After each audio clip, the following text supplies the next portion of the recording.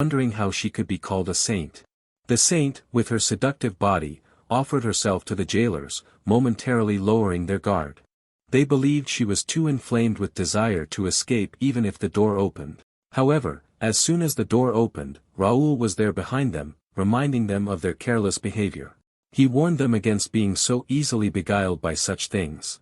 They left, giving Raoul and the saint space to talk. The saint appeared frightened because she had been violated by the jailers, but Raoul knew her true nature. The lasciviousness on her face was unmistakable, and Raoul found it repulsive. What she did was use her holy magic to break down people's defenses and infuse them with lust. Everyone who met her was bewitched and followed her unconditionally because of this. She approached Raoul, wanting him to dress her, but all she got was a sack to cover her body. She had approached General Brown, exploiting his weakness, his children. With Wendell, she claimed to be a messenger of the gods, thus urging him to turn Raoul into a pawn. Her method was to joyfully whisper into her victims' ears, weakening their minds, and thereby exposing their darkest desires hidden deep within. She called this her way of bestowing divine blessings, her means of salvation.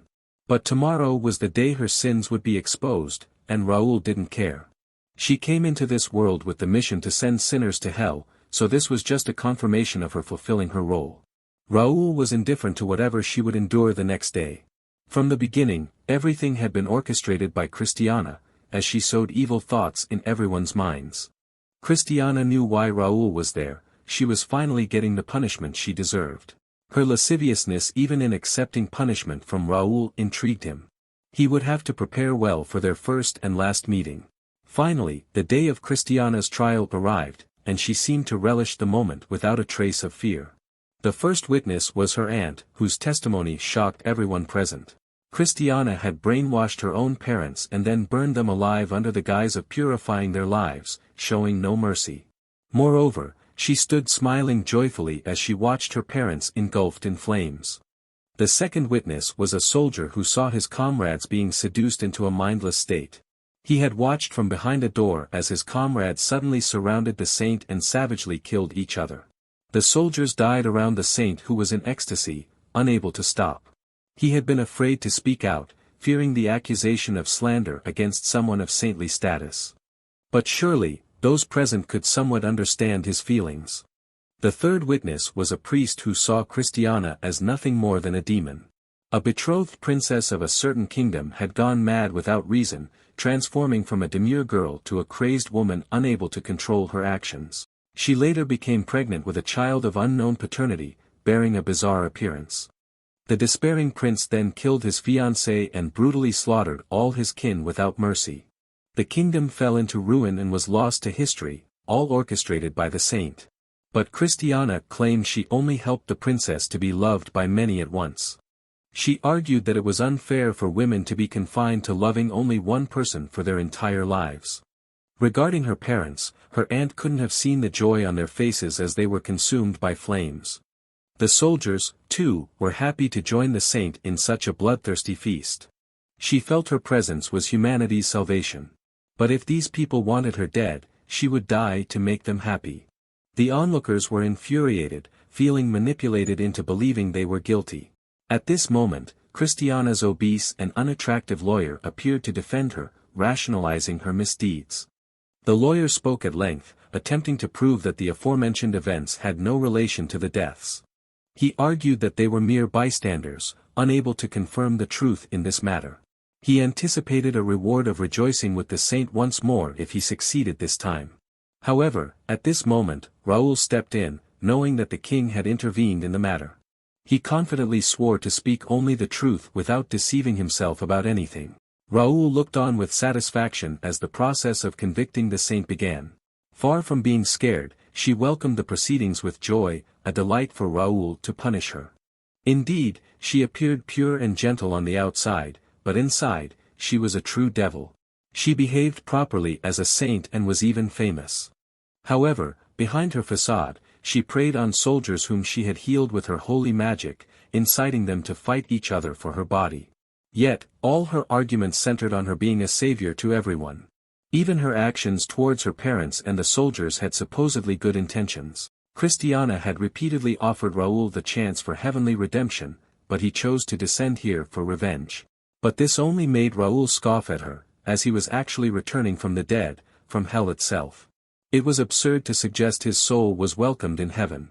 The obese lawyer became furious when his words were disregarded and taken lightly.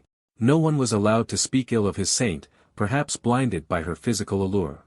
He was famous in the kingdom as an undefeated lawyer, amassing wealth through his victories.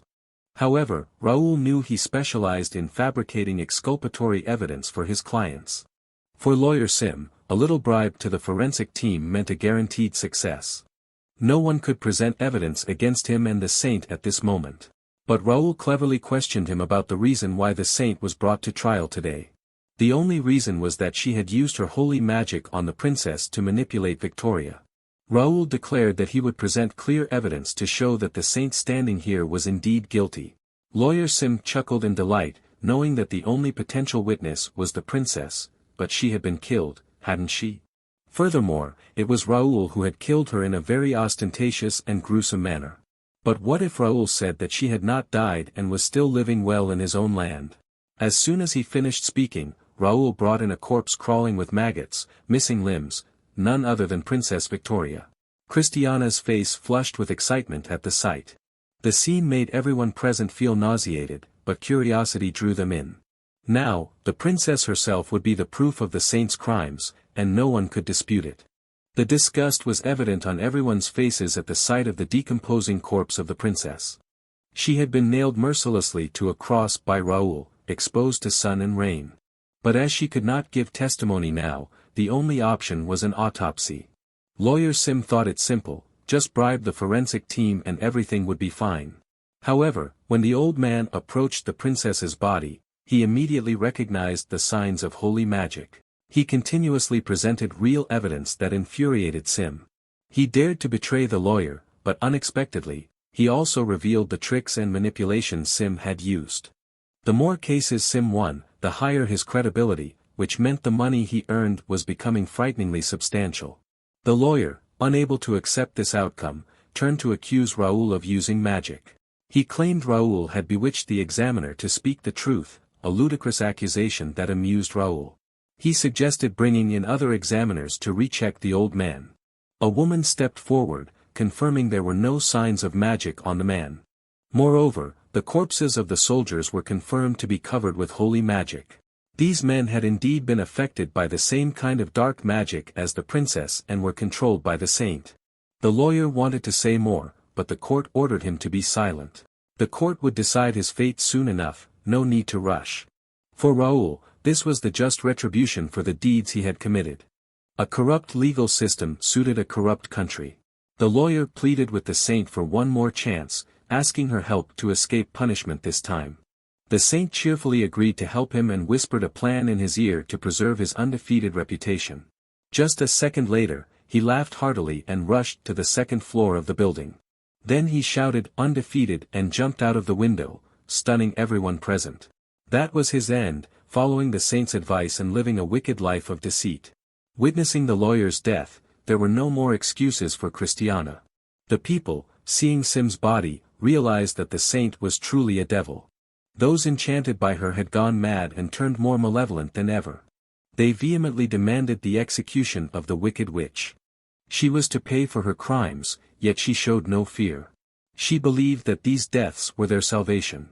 The happy expression on the lawyer's face seemed to confirm her belief. She proclaimed that even though the souls of these people were tainted, she, being magnanimous, would not hold it against them. If her death could bring salvation to everyone, she was more than ready for it. It must be said that this woman's thoughts are truly perverse and terrifying. She was willing to die as long as a few more people struggled in a sea of blood with her.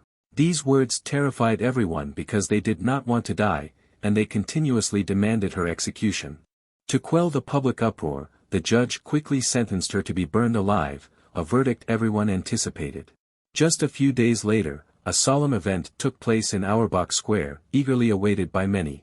The crowd below was restless, recalling her crimes. Despite being burned alive, she showed no pain. Instead, she smiled brightly, considering it a liberation for the ignorant masses below. Their rage intensified as she seemed unaffected by the flames that charred her. Raoul brought her and the cross to what he called his collection. He told her to descend to hell first and wait for him to follow immediately. Only then would her real hell begin. But then, a sudden arrow shot through Raoul's heart, making him cough up blood unexpectedly. The arrow came from Theodora, who was ecstatic to have achieved her goal. She had vowed to avenge her sister and her tribe, despite being underestimated. She hung Raoul up like he had done to the princess. Using the small dagger from before, she ended him and sat there, watching as animals came to scavenge his body. She was pleased with her plan, seeing that after 5 days, Raoul's body was missing its lower half. But why did she now feel such emptiness inside?